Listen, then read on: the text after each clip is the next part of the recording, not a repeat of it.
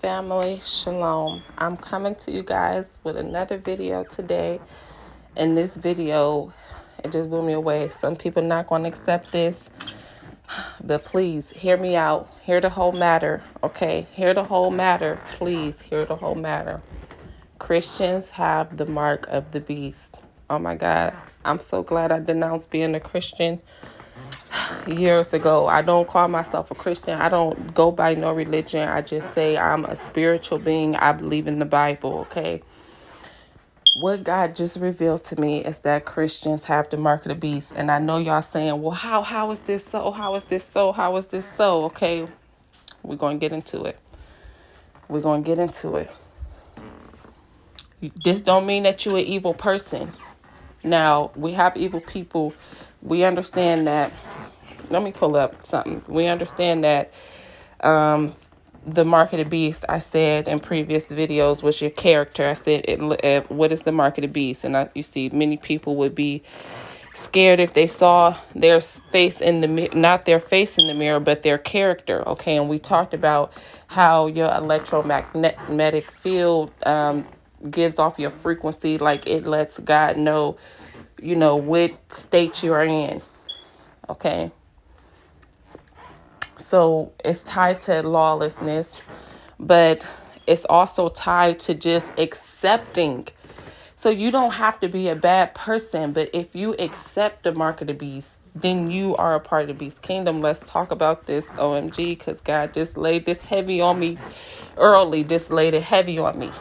Because as you guys know, we talked about Europe, where Europa being the whore that rises the beast, Great Britain being the first beast that rises, and the Holy Roman Empire being the second beast that rises, the Pope being the second beast. He calls us all to take a mark, and we're going to talk about what this mark is today. Now, I already knew the spiritual side of it, which is, like I said, being an evil, bad person, that's the mark of the beast. But over these last few days, as we've been talking about the beast, the first beast and the second beast, I've been delving into what this mark could be. And I said it can only have been the Pope. Okay, we discussed it.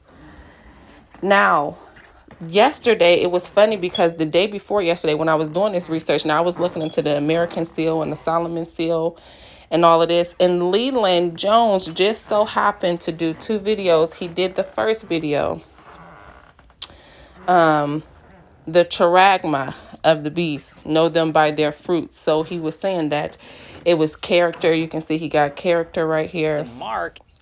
Character. Look at this. He's saying mark, charagma. Look, he got mark circle right there, charagma. Okay, listen to this. And I made a comment in here, but I deleted the comment. I made two comments. I deleted one. I said, LOL, yes, Lee. And I did a video saying, what is the mark of the beast? And I said, it's your character. It's spiritual before it becomes physical. Wasn't expecting you to say character, because my first comment was about what the physical mark of the beast was. And I was talking about the American seal and how the seal was on your birth certificate, on the dollar, it's on everything. Right, but the second beast is not America. So then I'm like, okay. So then he put out a video yesterday where he was talking about the seal and how they impressed the seal on the coin and all that. And he went into all of the definitions and all of that, which I'm not going to do today. I'm going to go into some. But if you want to get the gist of everything that he was saying, you can watch his last two videos. But it all boils down to being a Christian, okay? Because let me tell you why. I did the video about, this is a lot, y'all. The Inquisition, okay? Where's that video? This is so crazy. The Inquisition. Daniel's 70th week in the Inquisition. And I said the Inquisition started Daniel's 70th week. And I said we're now in the last week of Daniel's 70th week. Okay. So after I understood that it was the Pope who gave this mark or whatever, I went in and I put in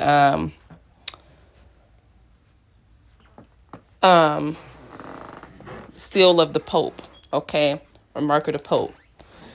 And of course it pulled up the seal and everything. It pulled up The papal bull. A papal bull is a type of public decree, letters, patent, or charter issued by a pope of the Catholic Church. It is named after the leading seal that was traditionally appended to the end in order to authenticate it. Okay, a papal bull have been used at least since the 6th century, but the phrase was not used until around the 13th century, and then only internally for unofficial administrative purposes. However, it had become official by the 15th century when one of the offices of the apostolic chancery was named the Register of Bulls.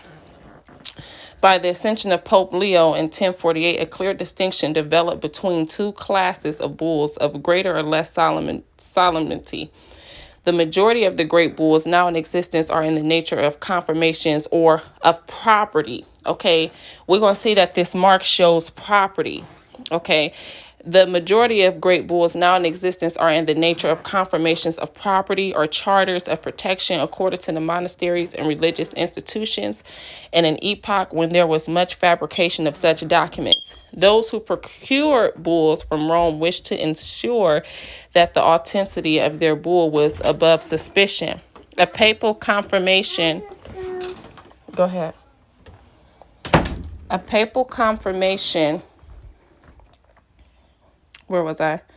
Of property or charters of protection according to monasteries and religious institutions. In an epoch where there was much fabrication of such documents, those who procured bulls from Rome wished to ensure that the authenticity y'all know I get tongue-tied with these words, especially when my heart racing and I'm trying to talk to y'all fast, of their bull was above suspicion. A papal confirmation under certain conditions could be pleaded as itself constituting sufficient evidence of title in cases where the original deed had been lost or destroyed. Since the 12th century, papal bulls have carried out a leading seal with the heads of the apostles St. Peter and St. Paul on one side and the Pope's name on the other. Papal bulls were originally issued by the Pope for many kinds of communication of a public nature, but by the 13th century, paper bulls were only used for most formal or solemn of occasions. Papyrus seems to have been used almost uniformly as the nature for these documents until the early years of the 11th century, after which it was rapidly superseded by a rough kind of parchment. Modern scholars have retroactively used the word bull to describe any elaborate papal document issued in the form of a decree or privilege, solemn or simple, and some less elaborate ones issued in the form of a letter. Properly, the name is used for any papal document that contains a metal seal. Okay, now today we understand that they use a clay seal at the Vatican. They go on to tell us about that. But where I want to jump to is, yesterday we talked about the Fisher King. Now I say the bull was the exclusive letter format from the Vatican until the 14th century when the papal brief appeared. The brief is the less formal form of a papal communication and was authenticated with a wax impression, now a red ink impression of the ring of the fisherman. Okay, we talked about the Fisher King yesterday. Now, the ring of the fisherman, also known as the piscatory ring, is an official part of the regalia worn by the Pope, who is head of the Catholic Church and successor of St. Peter, who was a fisherman by trade. It used to feature a bas relief of Peter fishing from a boat, a symbolism derived from the tradition that the apostles were fishers of man. We talked about that yesterday. I will make you fishers of man. The fisher's ring is a signet used until 1842 to seal official documents signed by the Pope. Since at least the Middle Ages, it has been a tradition for Catholics meeting the Pope to show their devotion by kissing the ring. Okay, family, sorry about that. So it's a letter written by Pope Clement to his nephew, Pietro, in 1265 includes the earliest known mention of the ring of the fisherman, which was used for sealing all the Pope's private correspondence. Public documents, by contrast, were sealed by stamping a different papal seal onto lead, which was attached to the document. Such documents were historically called papal bulls, named after the stamped bulla, seal of lead. Use of the fisherman's rings changed during the 15th century when it was used to seal official documents called papal briefs. That practice ended in 1842 when the sealing wax was replaced by a stamp which affixed the same device in red ink. So it go on to tell us about this ring. Now, the mark of the beast is something that they're stamping you with. Now, they're not stamping you with no stamp, okay? They're not stamping you with a stamp like we think, okay? They're stamping you with a religion, and I'm going to prove it to you. So, let's go to, I went to a list of the papal bulls and the documents that they have signed. And lo and behold, right here, Gregory, it says, marks the start of the Inquisition by the church.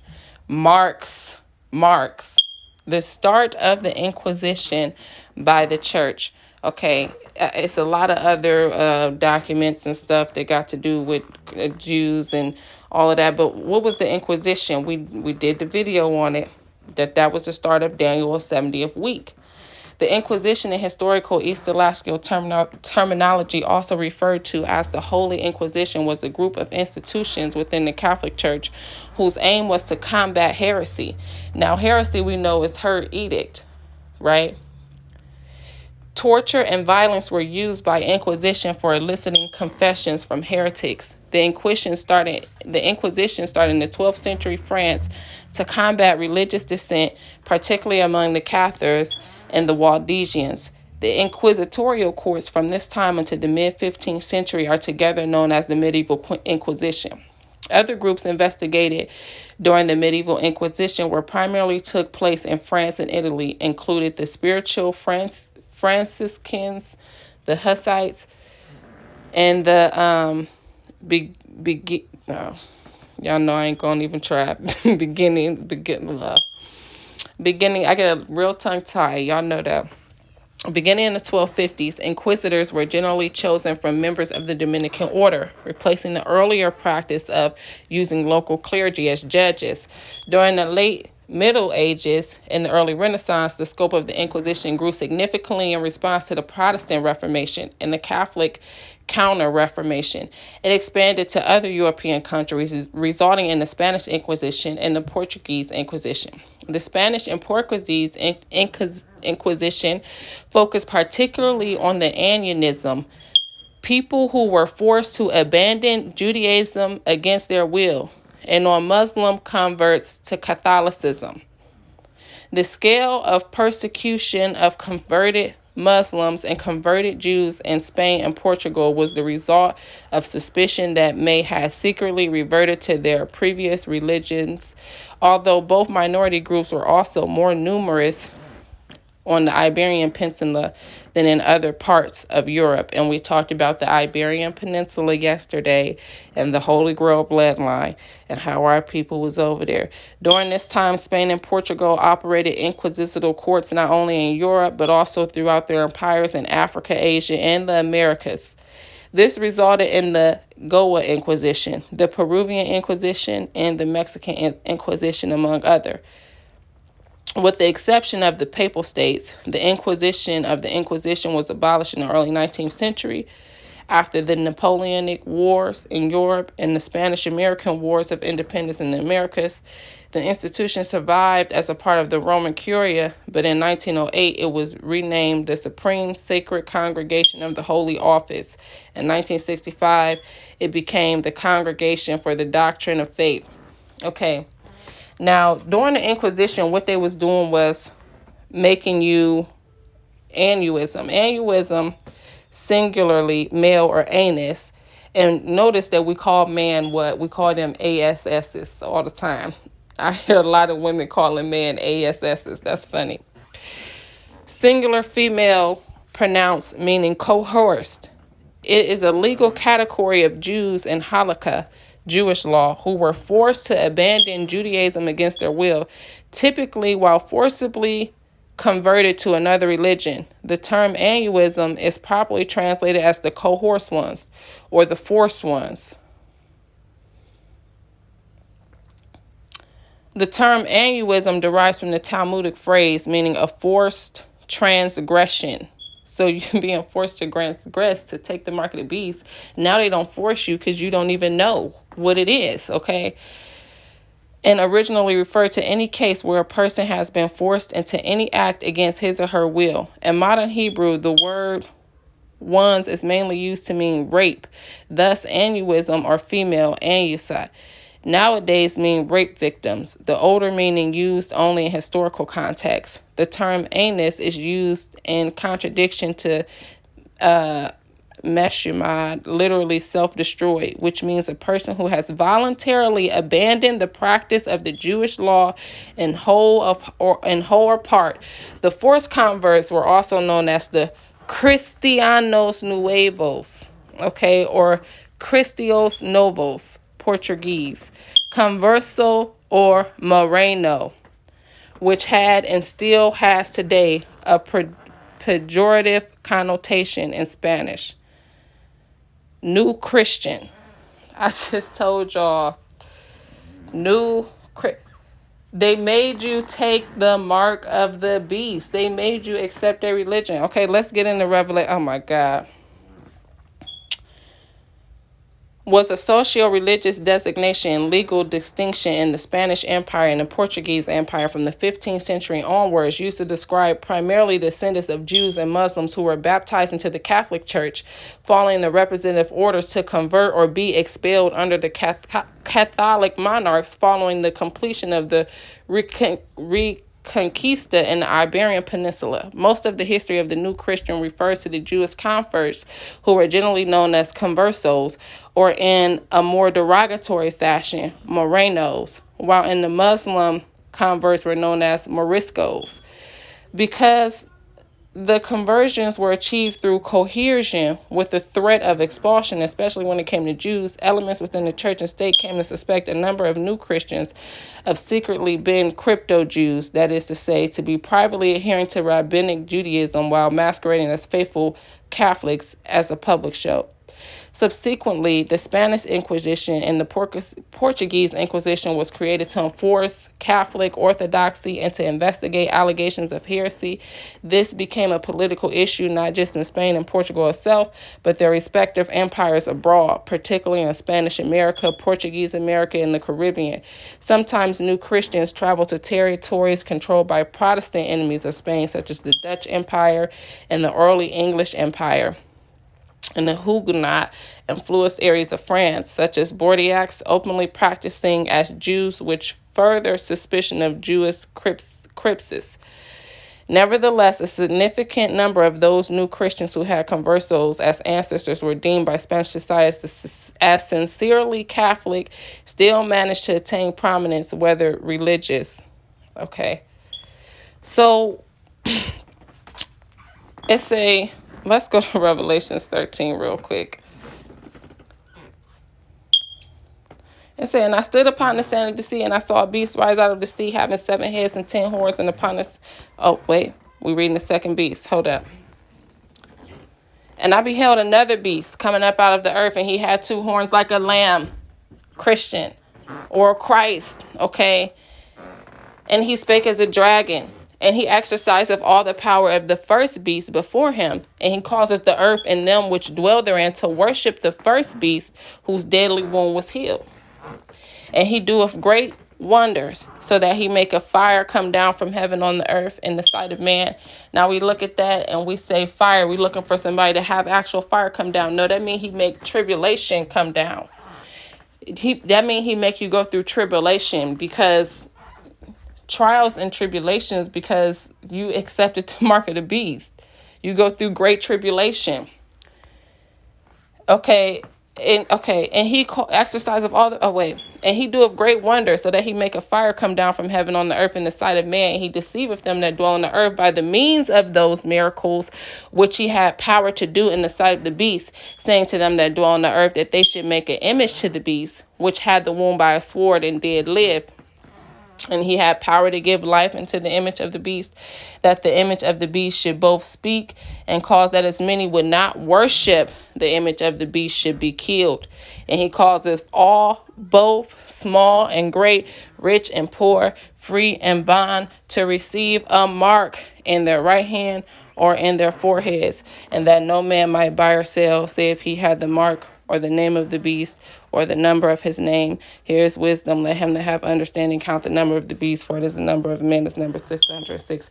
So the first beast is this government. Okay. It's the government of England, which America is modeled after the government of England. And what it's saying is he causes you to become okay, look, they would kill you if you didn't convert or whatever. Kill you or, you had to leave. But I rarely think that they was just letting you leave, okay? You probably had to run for your life. I rarely think that they were just saying, oh, you don't want to convert? Okay, go ahead. Just leave.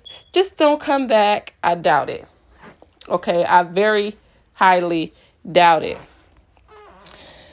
It said that would not worship the image of the beast should be killed. Okay, listen to this. And he causeth all, both small and great, rich and poor, free and bond, to receive a mark in their right hand and their foreheads. Like I told you, the seal is like the, when I was reading about the seal, it led me back to the seal of Solomon. Okay, then I got to this American seal, which is on your birth certificate, on your everything. You can't go into no country right now without a birth, without a passport, whatever. You can't buy or sell without these documentations, which have a seal on them, which comes from the seal of Solomon, which now we're under. The Pope calls himself the king of the world, or the ruler of the world. Okay, listen. To receive a mark. Now we're going to talk about this mark, because when we talk about mark, we automatically think about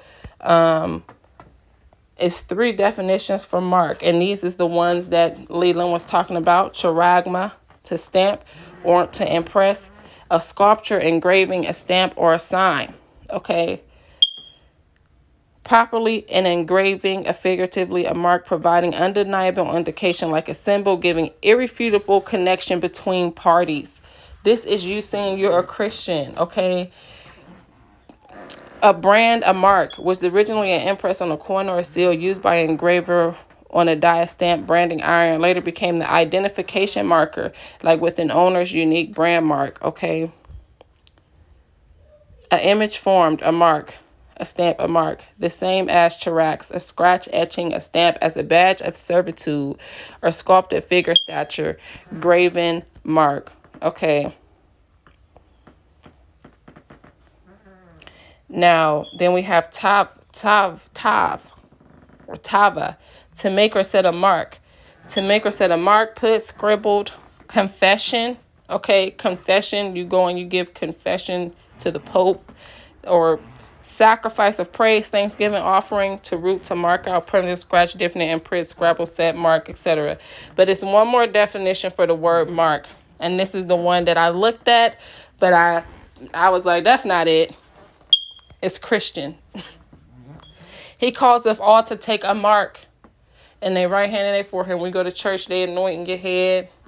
Do they anoint your hand? I don't know. I haven't been in church in so many years. I don't go to church. I do not go to church. I won't go to church. I'm not a Christian. Okay, look. It say Mark, a Christian, who also had the Hebrew name John, son of Mary, nephew of Barnabas.